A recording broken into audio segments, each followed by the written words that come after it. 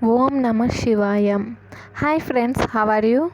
In this video we are going to learn about 1 carbon metabolism.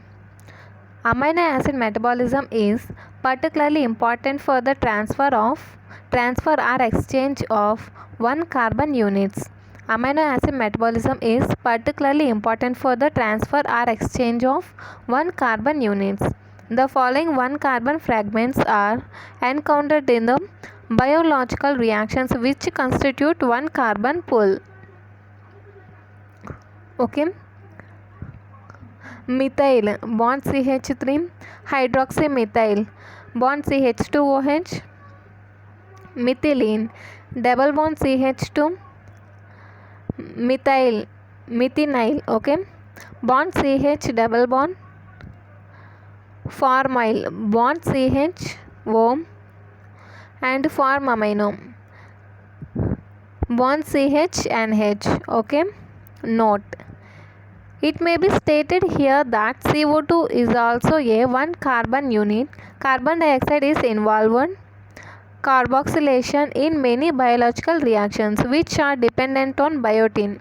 For instance, conversion of pyruvate to oxaloacetate in gluconeogenesis. Most of the authors, however, ignore CO2 as 1 carbon unit and don't even consider it worth mentioning. It would be unfair to CO2. Next, tetrahydrofolate. Tetrahydrofolic acid or folate is a versatile coenzyme that actively participates in 1 carbon metabolism. Tetrahydrofolate is a versatile coenzyme that actively participates in 1 carbon metabolism with regard to the transfer of methyl groups from S-adenosyl methionine.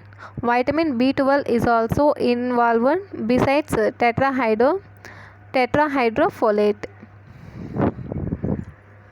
Tetrahydrofolate is a versatile coenzyme that actively participates in 1 carbon metabolism with regard to the transfer of methyl groups from S-adenosyl methionine. Vitamin B12 is also involved besides tetrahydrofolate. 1 carbon unit covalently binds with tetrahydrofolate at position N5 or N10 or on both N5 and N10 of toroidal structure of folate.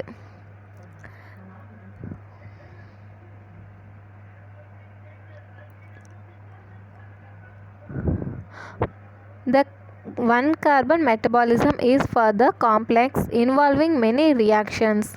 For the sake of better understanding, it is divided into generation and utilization of 1 carbon units and the role of methionine and vitamin B12. The 1 carbon metabolism is rather complex, involving many reactions. For the sake of better understanding, it is divided into generation and utilization of 1 carbon units and the role of methionine and vitamin B12. Okay. Generation of 1 carbon units. Many compounds, particularly amino acids, act as donor of 1 carbon fragments. Many compounds, particularly amino acids, act as donor of 1 carbon fragments. The format released from glycine and tryptophan metabolism combines with tetrahydrofolate to form N10-formyl tetrahydrofolate.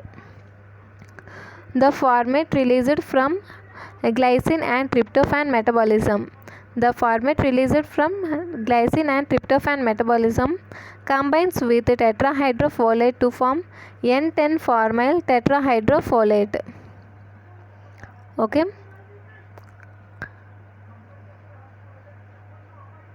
Next, histidine contributes formamino fragment to produce N5-formamino tetrahydrofolate.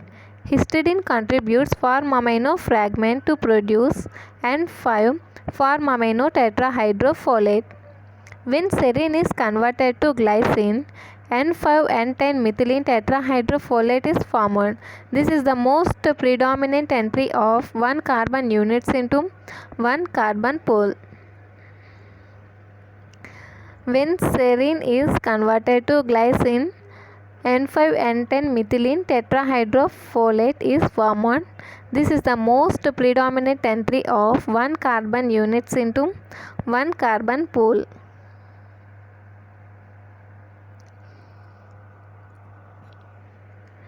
Choline and betaine contribute to the formation of N5-methyl tetrahydrofolate. Choline and betaine contribute to the formation of N5-methyl tetrahydrofolate. The different derivatives of tetrahydrofolate carrying 1 carbon units are interconvertible, and this is metabolically significant for the continuity of 1 carbon pool.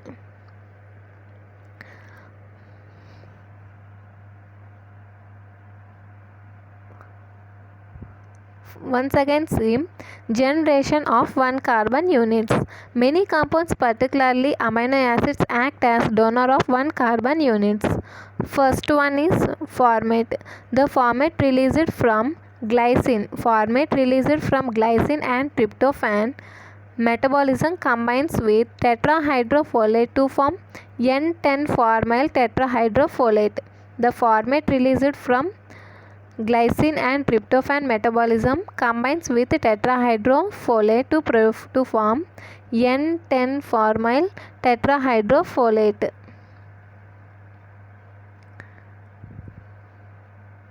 See here, this reaction shows the from glycine and tryptophan formate is released, which is a 1 carbon unit, and it combines with tetrahydrofolate. See here, it combines with tetrahydrofolate to form N10-formyl tetrahydrofolate. Clear, guys? Glycine and tryptophan releases or generates the formate, which is a 1 carbon unit, and this formate is reacts with tetrahydrofolate to give N10-formyl tetrahydrofolate. The formate released from glycine and tryptophan metabolism combines with tetrahydrofolate to form N10-formyl tetrahydrofolate. Next, histidine contributes form amino fragment to produce N5-form amino tetrahydrofolate. Histidine contributes form amino fragment to produce N5-form amino tetrahydrofolate.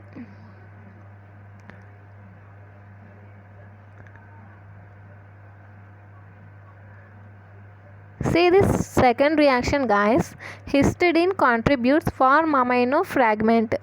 Okay, histidine contributes form amino fragment which reacts with tetrahydrofolate and gives rise to N5-form amino tetrahydrofolate. Okay, histidine contributes form amino fragment, this one form amino fragment, and it reacts with the tetrahydrofolate to give N5-form amino tetrahydrofolate. Okay, and next, when serine is converted to glycine, N5N10 methylene tetrahydrofolate is formed. This is the most predominant entry of 1 carbon units into 1 carbon pool. When serine is converted to glycine, N5N10 methylene tetrahydrofolate is formed. Okay, this is the most predominant entry of 1 carbon units into 1 carbon pool. Serine into glycine, N5N10 methylene tetrahydrofolate is formed.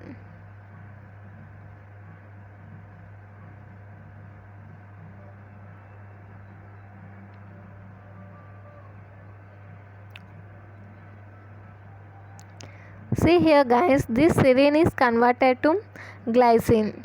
This serine is converted to glycine.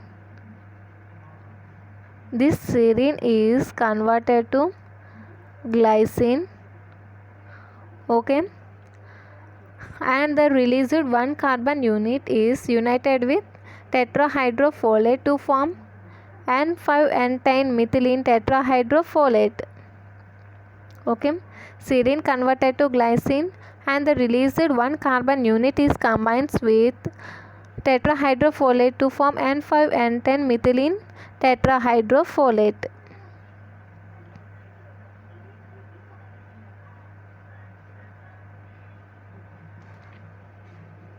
Next, choline and betaine contribute to the formation of N5-methyl tetrahydrofolate. Choline and betaine contribute to the formation of N5-methyl tetrahydrofolate. See here guys, this choline and betaine contribute to the formation of N5-methyl tetrahydrofolate. Choline and betaine releases the methyl group and this released methyl group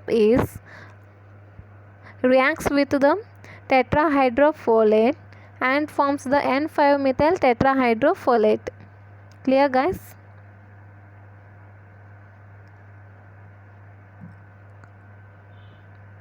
The different derivatives of tetrahydrofolate carrying 1 carbon units are interconvertible and this is metabolically significant for the continuity of 1 carbon pool. Clear guys, all these 4 reactions. Next, coming to the utilization of 1 carbon moieties. Now discussing about utilization of 1 carbon moieties.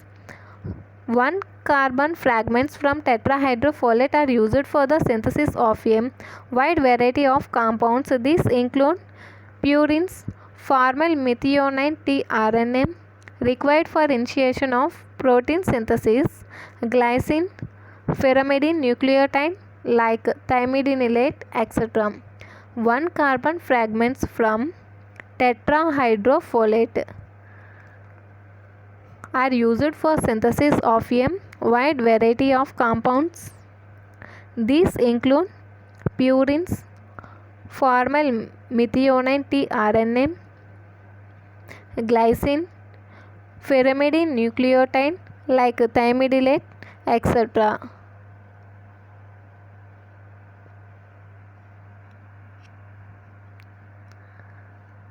See here. See this reaction guys. This N10-formamyl tetrahydrofolate is formed from glycine and tryptophan. Okay. N10-formyl tetrahydrofolate is contributed from glycine and tryptophan and this N10-formyl tetrahydrofolate forms the purines C2 and formal methionine. Okay, next N5-N10 methynyl tetrahydrofolate contributed from histidine. Okay guys, and it leads to formation of purines. Next, this N5-N10 methylene tetrahydrofolate is formed from serine that converted into glycine and this N5-N10 methylene tetrahydrofolate leads to formation of glycine to serine and thymidylate. Okay, next N5-methyl tetrahydrofolate is contributed from choline and betaine. Okay, and this enters the methylation reaction, okay, that we see now.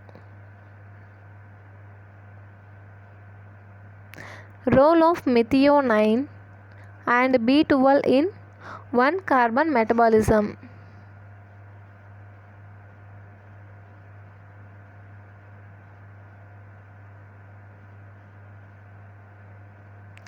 Role of methionine and B12 in 1 carbon metabolism. Methyl group is an important 1 carbon unit. Okay, this is the last reaction that we are going to learn now.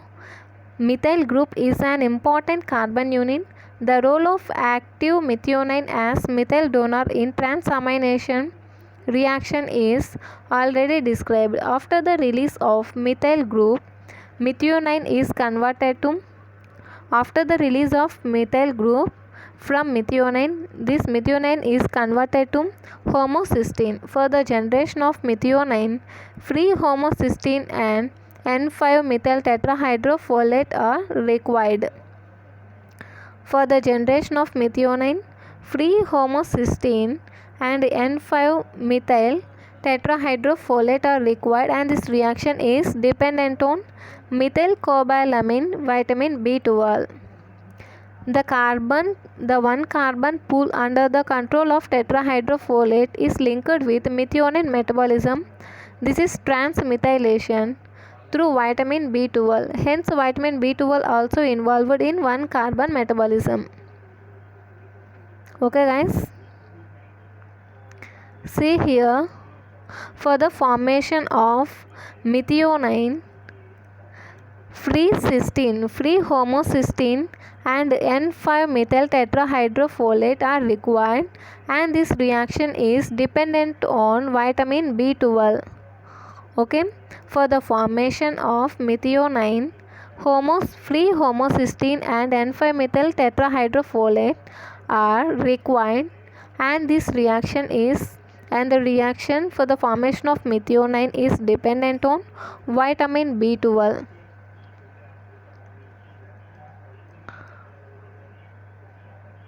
The 1 carbon pool under the control of tetrahydrofolate is linked with methionine metabolism, transamination through vitamin B12. Hence, vitamin B12 is also involved in 1 carbon metabolism.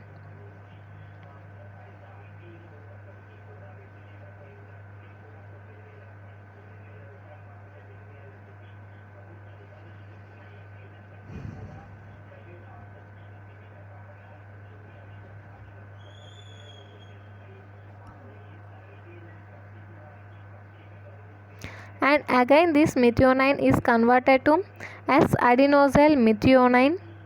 Okay, and this S-adenosyl methionine releasing the methyl group, again it converted into homocysteine. Okay guys, we call this reaction as transmethylation, and this transmethylation reaction is required for the synthesis of creatine, epinephrine, choline and melatonin.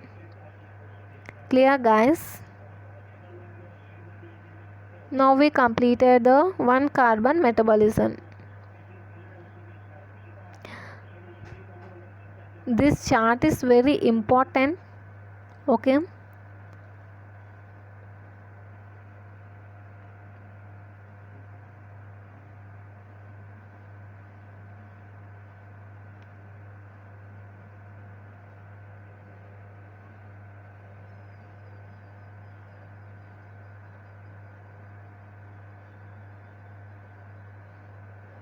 Okay guys, if you like this video, like, share and subscribe. Thank you.